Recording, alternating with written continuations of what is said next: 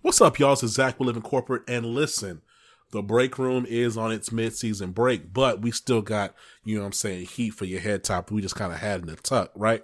So, what you're listening to right now are older episodes of the break room back when we were just a live web show. Make sure you check us out. Share this with your friends. I don't know if there's any other podcast that has multiple Black psychologists and psychiatrists, all of them degreed and certified, talking about the implications of racism on Black folks at work, right? Like from a mental health, mental wellness perspective. I really want y'all to check it out. Excited that you're here. Like I said, make sure to tell somebody about it and enjoy this episode. Good evening, y'all. Good evening. So welcome back to the break room. I am Dr. Brian Dixon, one of your hosts. I am a psychiatrist here in Fort Worth, Texas, with a private practice where we help people live their best lives. I'll kick it over to my co-host this evening, Dr. Jide. Hey everybody, it's Dr. Jide Bama-Shigbin. I'm an assistant professor of psychology at Cal State Long Beach in Long Beach, California. I'm a health psychologist who studies stress and resilience in families, and I'm a father and a partner to a great family as well. So thanks for introducing us.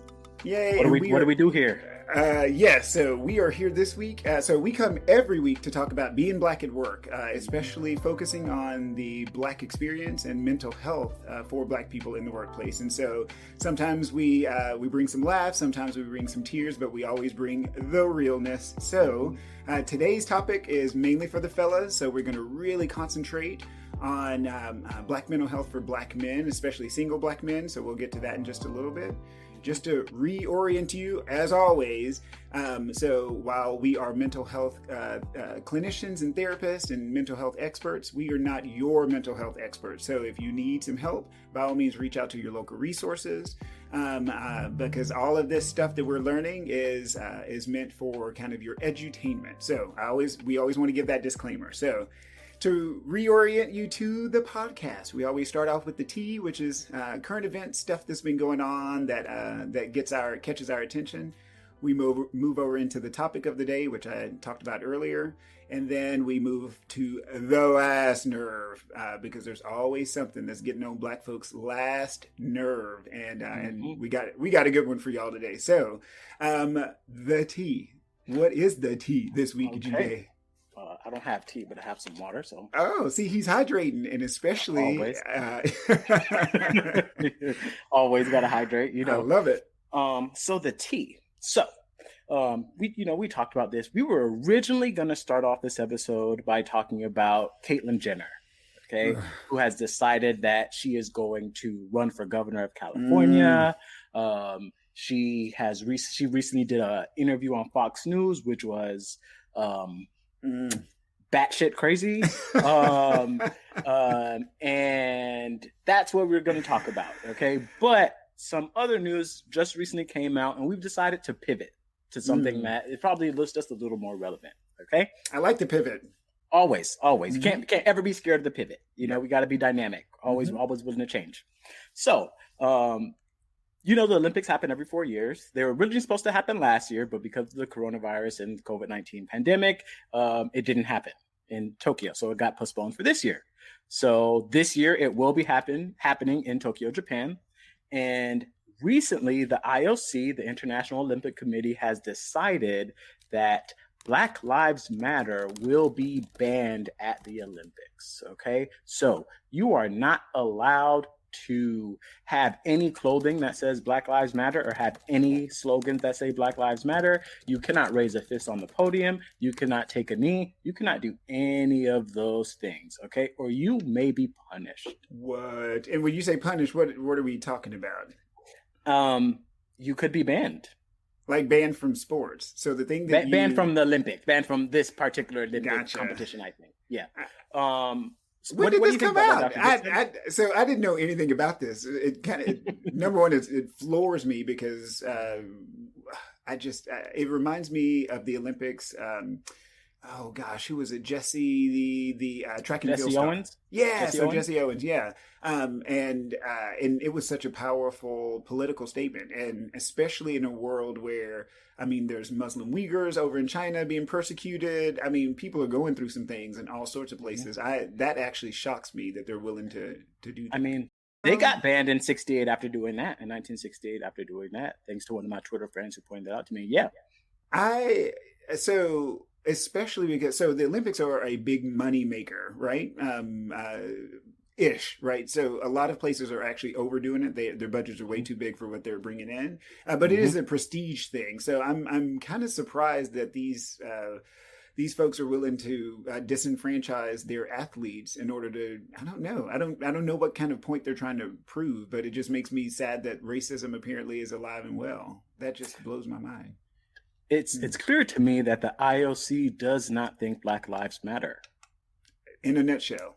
Preach. In a nutshell, they do not agree that Black Lives Matter, and it's just a statement, Yeah. Yeah. And I mean, the IOC didn't have to say anything. I mean, they went out of their way. They put it through their PR and their HR and the humana, and come out with a statement that is not inclusive in a world where we have Asians getting beat and killed, and we have and getting shot, and we have Black people being beat and killed and shot, and I don't even know what to say to that. Anti-Blackness, it never fails. Yeah, and it's global. It never seems to stop. And so, this tea was really depressing. Thanks, Dr. Jide. Sorry. Sorry.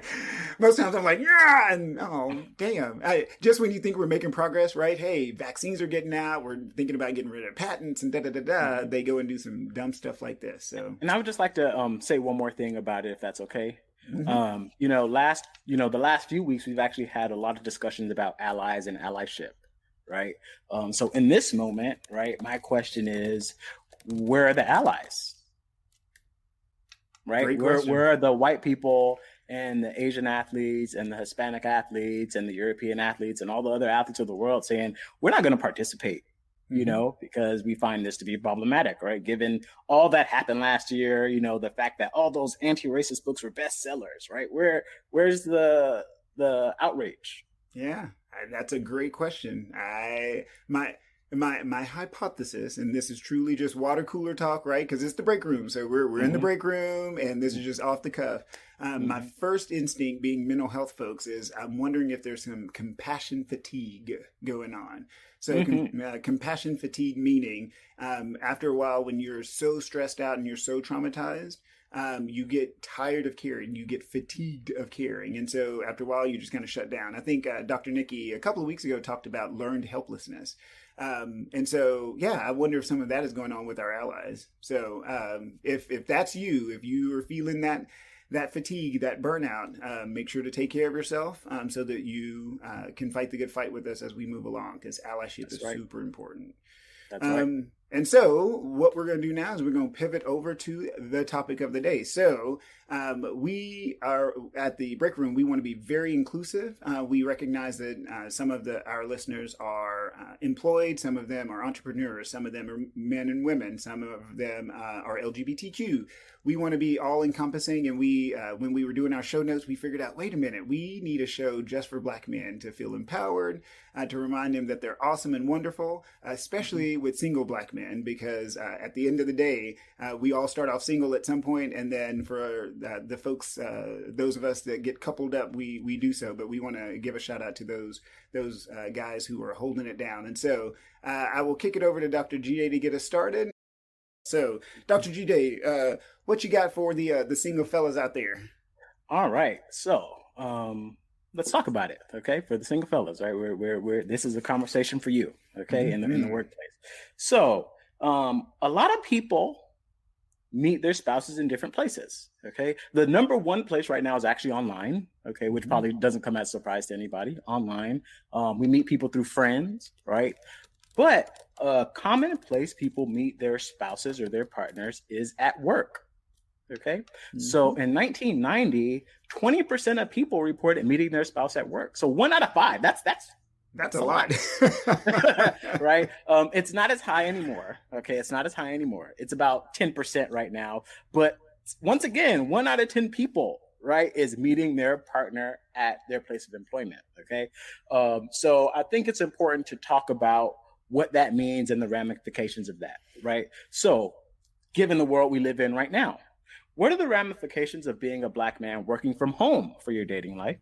Right.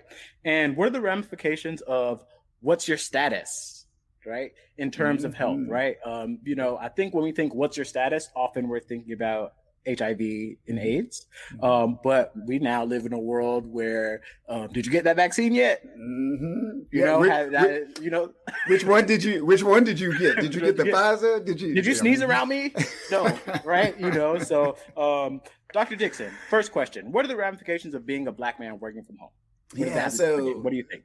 Yeah, I worry. Human beings are communal creatures. I think that's one of the reasons why the Black culture is so strong, because it used to be we all went to church and we sing and we do things, or we have, family reunions and funerals, and we're a very communal people. And so I do worry about single Black guys, because when you're stuck in your house and you don't have that contact, or worse, if all of your contact is all the just awful shit you just keep seeing through social media and the stuff you're hearing from your friends and the ridiculousness of your bosses telling you to do stuff on days where Black men are getting shot. I worry a lot. And so it's going to make it real hard to connect with somebody if you're constantly in trauma, right? That's real. That's a really good point. I totally agree with you. And just, it's hard to meet people, right? Like you're on Zoom. We don't want to be on Zoom any longer than we have to. Correct. Right. So that's really affecting, I think, single Black men and their dating prospects in this environment. This last year has been hard, okay, for everybody, right? But particularly single people, right? And a lot of that advice that came out, remember, was stay home, don't be around people. Yeah, social distance. Yep. I'm a psychologist. We know loneliness is not good for anybody. Nope.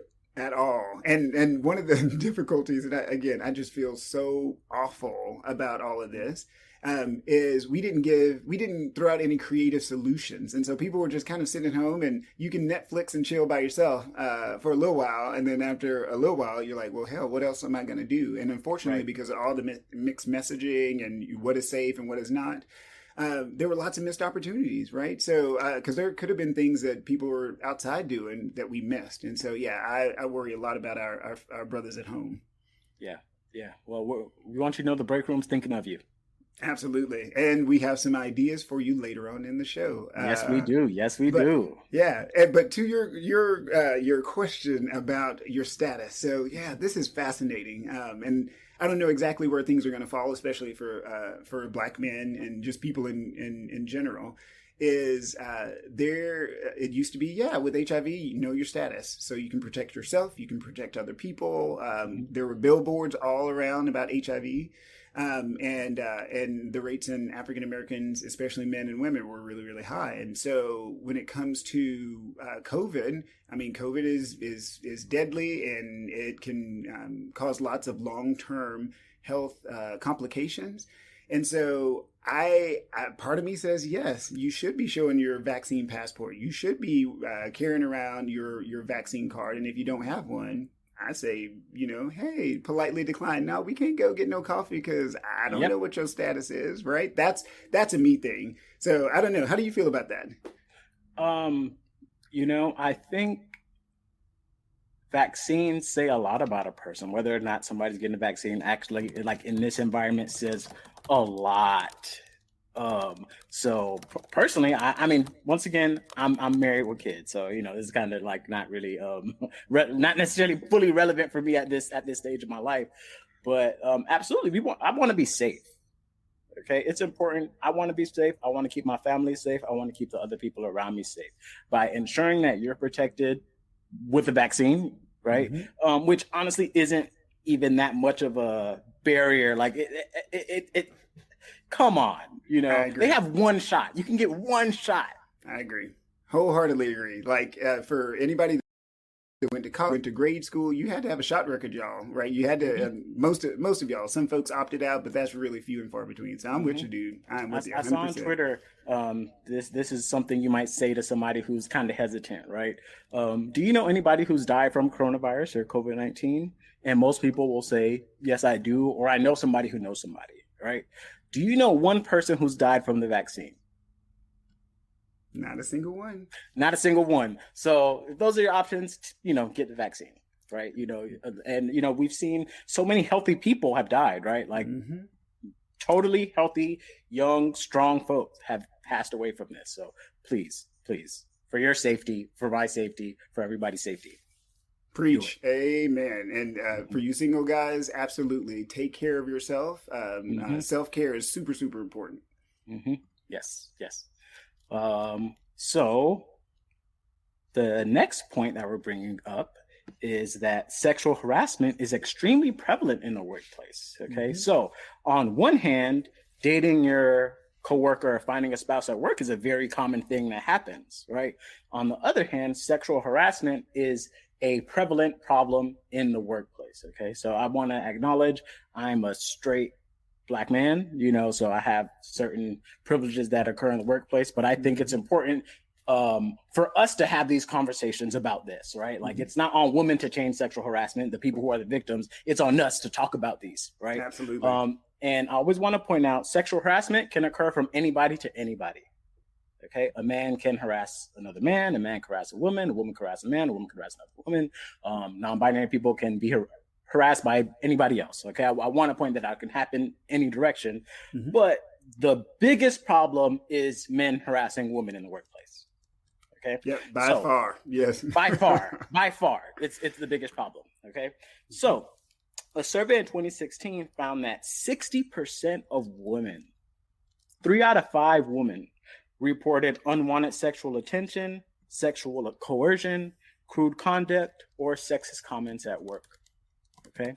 Another survey found that 33% of college-educated women, who are working in white-collar jobs, reported sexual harassment, and 72% of those incidents came from somebody who's higher up. And another thing, it happens in every single industry. Okay, it happens at McDonald's, it happens in Hollywood, it happens at the university, it happens everywhere. It's a pervasive problem. Okay, so one thing we like to do always on this show is name things. Okay, so we're naming it sexual harassment.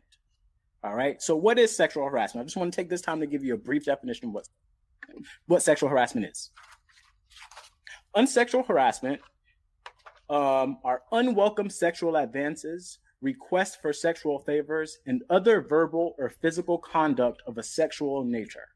Okay, that can affect an individual's employment, that interferes with their performance, and may result in certain behaviors like promotion or awards, like conditioning their promotion or awards based on, will you have sex with me, right? Something like that. So sexual harassment is a real problem in the workplace, things such as sexual pranks, touching or grabbing, standing too close to somebody, asking somebody to hang out with you after hours, even though they've already said that they're not interested, right? All of these are examples of sexual harassment, and it can happen anyway. Always, I want to point out, it can happen anyway, but primarily the biggest problem is men harassing women. So let's talk about that, right? Let's talk about that. Yeah, go ahead, Dr. Dixon. Yeah, so the moral of the story is don't be that guy, right? So keeping in mind that we are a podcast about mental health, Black mental health at work, you have to do your role. You have to play your part in making a safe workplace. If you see something, say something, right? Be an ally to other people who are experiencing things. So we talked about allyship for the last couple of weeks. And it may mean that you have to be courageous and you have to make some comments or make a report on somebody that you thought was your friend. And you still have to make that report to HR or whoever is in charge of making sure that it's a safe workplace. So, or make a comment about yourself because you're the one doing it. Yep. So yeah, and it's tough. And introspection, intro meaning inspection meaning look, so looking in. So we're naming things and teaching words. So introspection is super hard. And if somebody else pulls you in and they say, "Dude, that was inappropriate," learn from it, or else you may not have a job, and or you may go to jail. So just be careful, be thoughtful about what you're doing. Yep. You know, if you're listening to this right now and you say, "Man, I've done that," you can stop that behavior right now. Literally right now. You can say, "Tomorrow I'm done with this. I'm not doing this." Right? Mm-hmm. There's always a way to be better. So please be better. Yes. Well, so Dr. Jide, because you said earlier, if I heard correctly, you said earlier that people do meet at work.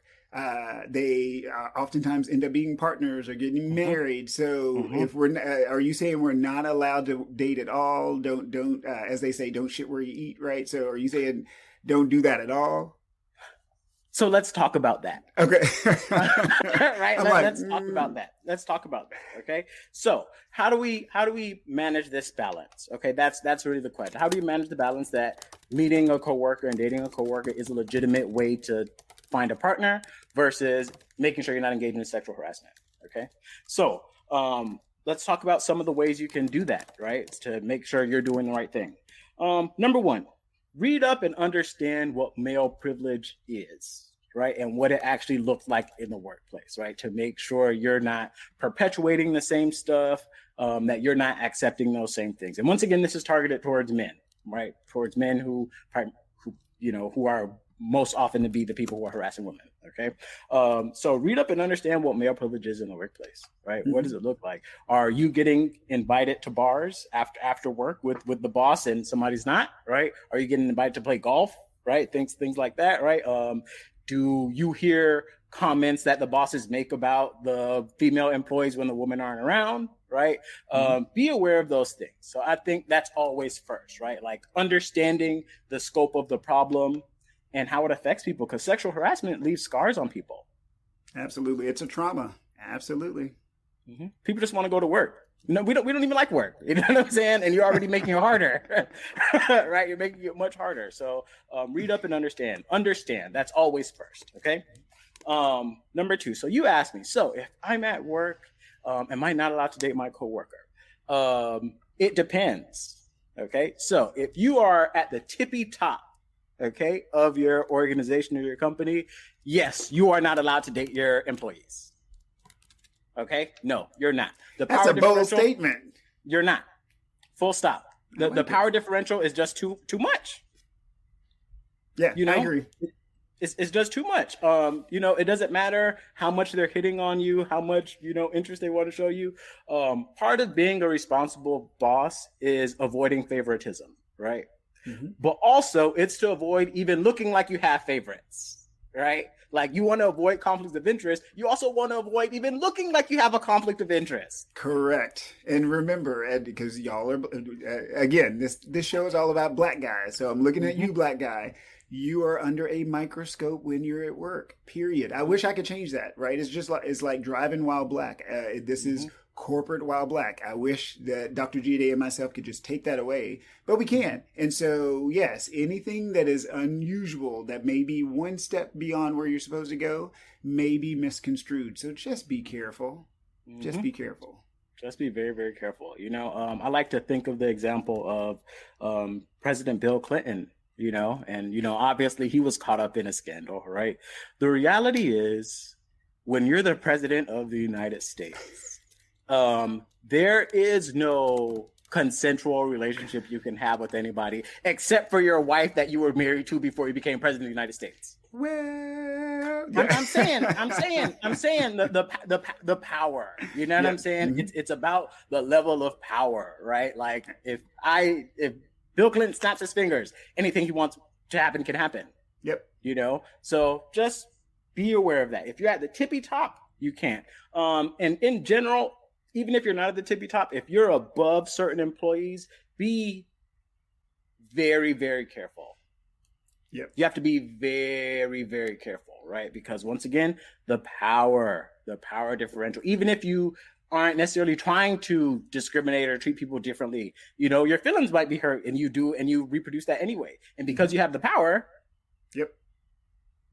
You know, so you know, my point: if you're at the top, don't do it. If you're at the top, don't do it. If you're at the top, you shouldn't have trouble finding dates anyway. So this is a rule I learned when I was working at the movie theater as a 17-year-old. Okay, and it's something that has stuck with me ever since then. Seriously, you know, and, you know, this was 2008, you know what I'm saying? 17, you know, chilling, you know, working at the movie theater with a whole bunch of other high school kids, you know? And our hiring manager told us this one piece of advice. You are allowed to ask your coworker out one time. Okay. And if they refuse, that's it. That's the end of that. Okay. Anything past that is sexual harassment. Right. And that is actually a really easy understanding of it. You know, like people meet at work. It's once again, it's not a question. People meet at work. You can show interest in a respectful way, you know, but after it's rejected, if it is rejected, that's the end of it. Don't treat this person differently in any way. Go on with your life. Yeah. Yeah, it's one of the things that I teach all of my teenage boys in my clinic before they become teenage men, and especially my Black teenage boys, which is if you ask somebody out and they say no, you walk away. You have control over your feet. You have control over your method of leaving. You need to leave immediately and do not engage. Correct. Rejection is not the end of the world. Correct. It's not the end of the world. You know? So the next thing, so you've done that, and maybe you've been picking up on these signs from your coworker, right? And you're right. So they do say, you know what, great, let's go on a date. Great. You know what I'm saying? This is good. You were correct. You were respectful. They're with you. Okay. In general, okay, and this is just general for relationships, you should treat people well. Okay. Absolutely. So that's a blanket rule. But if you have a romantic relationship with somebody at work, you should probably treat them even more well, okay? Because the stakes are much, much higher, right? For both of you. Absolutely. Okay? So some tips for that. One, keep work at work, keep play at playtime. You know what I'm saying? Like, please, outside stuff, dating, relationship, whatever, that can happen after 5 to 9 a.m. 5 p.m. to 9 a.m., that's time for all of that, okay? But 9 to 5, if you're in that office and you're working, there's no, hey, babe, there's no, you know, like, don't have sex in the office like you see on TV. You will get in trouble. Yeah, that whole Grey's Anatomy nonsense. I mean, my gosh. You're like, don't do that. Yeah, that's only on television, you know? Don't talk about that, particularly. I mean, you should kind of keep stuff to yourself at work anyway, but particularly if you're dating somebody who's also at the job, keep that to yourself. Like the ins and outs of your relationship, keep that to yourself. Okay? Because you can't sour other people's opinions or change other people's opinions about this person, right, in the workspace. So work is for work, play is for play. Right? All right. Next. Know the rules for dating coworkers. Okay. So I looked this up. In every state except for California, employers can put a no fraternizing rule. Only in California, they're not allowed to do it. But essentially it says, listen, you are not allowed to be with the coworker.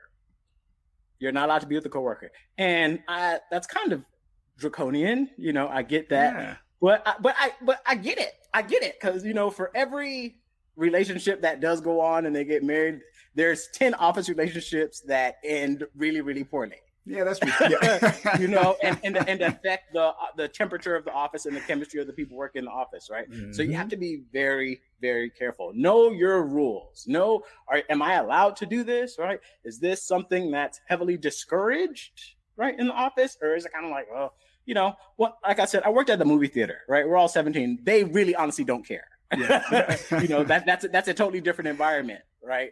Than, you know, a 9 to 5 button down place. So things to be aware of. Okay. Next, be mindful of how people perceive it. Okay. Perception is everything. Perception is everything, you know? So I mean, there's the question of you shouldn't date people who are under you, who have less power than you, right? Because if they start moving up, regardless of if they moved up based on their merit, or I mean, if they didn't because their relationship with this particular person, people are going to feel a way, and you have to be able to accept that. Absolutely. So you should know your handbook, and if you don't have a handbook, ask for one, because it protects you and other people. So yeah, by all means, if you're like, hey, what are the rules? And they're like, oh, just, no, ask for something in writing, because that is what's going to protect you if something bad goes down. Next, and this is important, be ready for it all to blow up. Boom. Okay, and perhaps that may mean one of y'all has to find a new job. That is correct. Because when things are going good, they're great. Okay, but when things go bad, people change sometimes. And they're like, it's Dr. Jekyll and Mr. Hyde. This is a totally different person than the person I thought you were. Right. So these are things to just be mindful of. When you're in the workspace, like we here at the break room want people to find happiness, want people to find relationships that fulfill them if that's what they want for themselves. Absolutely. You know what I'm saying? But, you got to be smart. Yes, and that is the perfect segue, because what if you just want to be single? Well, so one of the things that I always harp on, because I'm in a committed relationship right now, but I've been single for most of my life.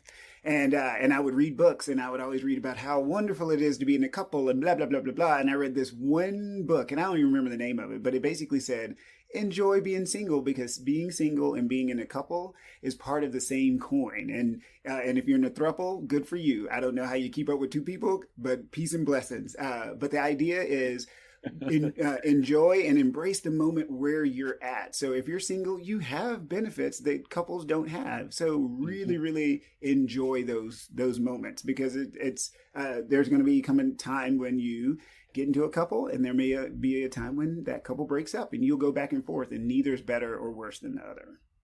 Is that fair to say, Dr. Jide? Is that fair? I think that absolutely love you should be happy no matter your situation. Right? Amen. Like, your happiness shouldn't even be contingent on another person, right? So in general, I agree with you. I absolutely agree with you. Awesome. So another point. So after I had a really bad breakup, when I thought that the world was going to end, and I'm by myself, and I'm like, oh my gosh, what am I missing? Like, what am I? What's the whole point of being in a couple anyway? And I'm reading this book, and it basically says, well, being in a couple is all about creating a shared history, right? And as a single person, you create that shared history with your friends. And I went, holy shit, that's right. So, I would go on trips with friends. I'm texting friends. We have memes. We have game nights. Sometimes we cook, and we have Friendsgiving. I get to do all of those things because I don't have a ball and chain hanging on me. I don't have somebody going, where are you going? Who are you going with? Right. So build and very intentionally build a shared history with your friends, and because those are the family that you choose, and you have the right to be able to do that. And one of the things I always throw out there is at the end of the day, in the midst of COVID and racism, it's going to take more deliberate effort. Like, you're going to have to work at this stuff. So before, in a workplace, most times you work at the same place because you and whoever that person is would have a shared interest.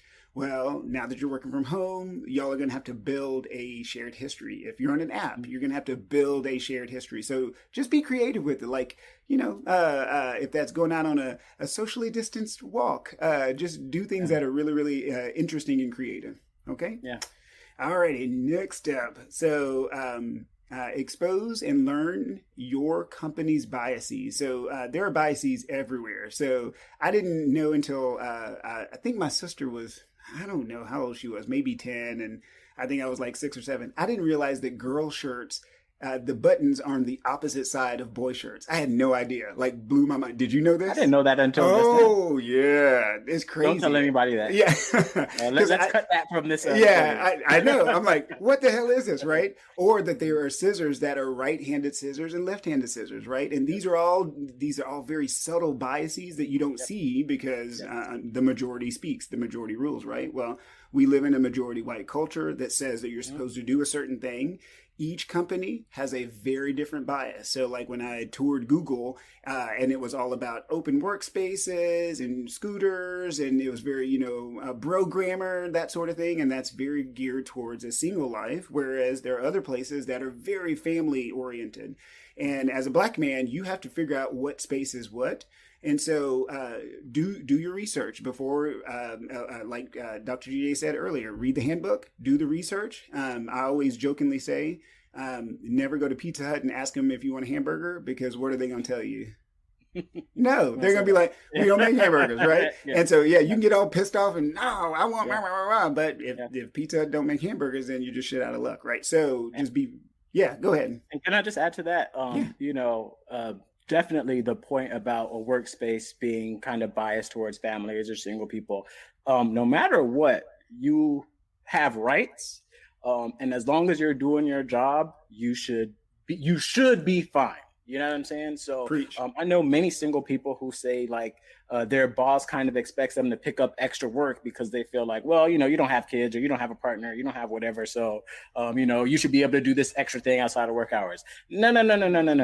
If you work a 9 to 5, you can ask me for stuff during my 9 to 5, just like you can ask for anybody else. Absolutely. Okay? Just because I'm not married, not me, but in general, just because a person's not married, just because a person doesn't have kids, doesn't mean they don't have a life. Absolutely. It doesn't mean that their time is not just as valuable. Preach. And at the same time, be mindful of understanding the difference between benefits for people with families and understanding that people with families have different needs. You know what I'm saying? Because there are people who are like, oh, well, they're giving these extra, but people with kids, they're getting these extra stimulus checks. And it's like, yeah, because it's another person. Yeah. Right? Kids are expensive. Be aware of that. Be aware of that. I love it. The next point I want to bring up is make sure that you, again, intentionally build your social network. So one of the great reasons why I love living corporate, and we're super excited to be y'all's hosts, is this in a traditional world, this wouldn't exist. So I'm a psychiatrist in Texas talking to a health psychologist in California. Like, how are our paths ever going to cross, right? But since the paths have crossed, I'm like, holy shit, we have so much in common. We get along great. Yeah, we build these networks and then we can help each other out. And so Twitter, LinkedIn, your fraternity. So I'm not a fraternity guy. I didn't do that in college. But use all of those networks and those connections as a single person, because again, you have the most flexibility in your schedule and in your life. So use those to build a better network. Great point. Yeah. And then the last thing I'm going to throw out to you is learn the game. So back before I was in a relationship, I was a single guy. I counted up, I shit you not, I've been to over 30 weddings in my life. And I'm always the guy that's out on the dance floor dancing with grandma, and I'm having a great time, and I love it. That was my shtick. That was my thing. You have your own shtick. You have your own thing. If it's dancing, if it's singing, if it's running a business, if it's wearing bespoke clothes and the cut of your suit. I mean, you do you. And the important thing is treat yourself. I mean, if you're single, embrace it. Paint your walls whatever color you want to in your house, because you can always paint them back. You do you, boo. You do you. Yep. Enjoy being single. Enjoy being single. There's lots of perks to being single. Like I have kids. Every time I leave the house, I need like 15 minutes. Okay, because this one has to use the bathroom. We got to make sure you pack snacks. Oh, this one needs help putting on the shoes. Oh, this one has to use the bathroom again. So enjoy the things you have. Absolutely. So, Dr. Jide, if it's okay with you, I have a last nerve. Is that all right? Be my guest. Okay, so my last nerve. So y'all, the last nerve is stuff that is pissing Black folks off.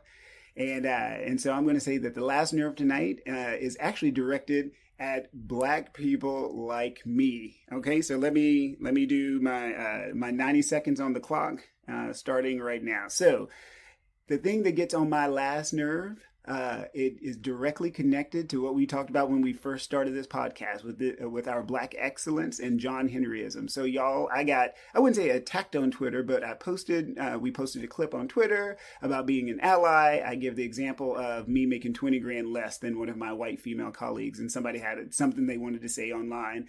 And my first instinct was, oh my gosh, let me appease this person. Let me write this tweet. And then I went, no. And then I wrote another one and deleted it and wrote another one.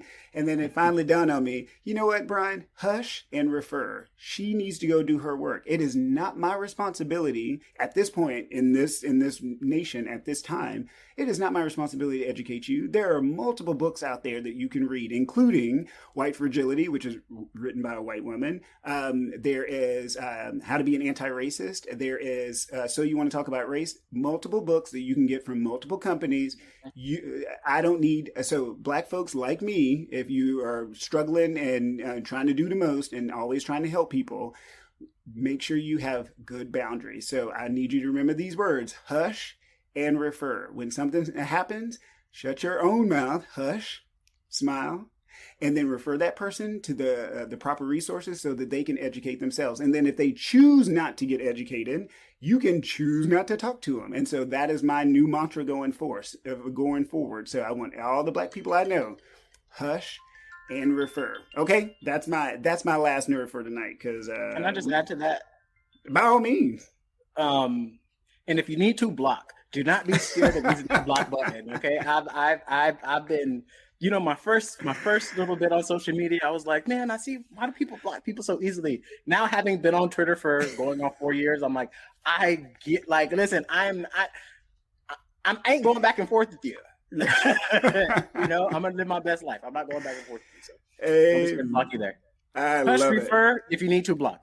Yes, I love it. Well, y'all, we are super, super stoked that y'all came out tonight to listen to us on The Break Room. So during our next podcast, some of our other co-hosts will be back on. We appreciate y'all taking the time out.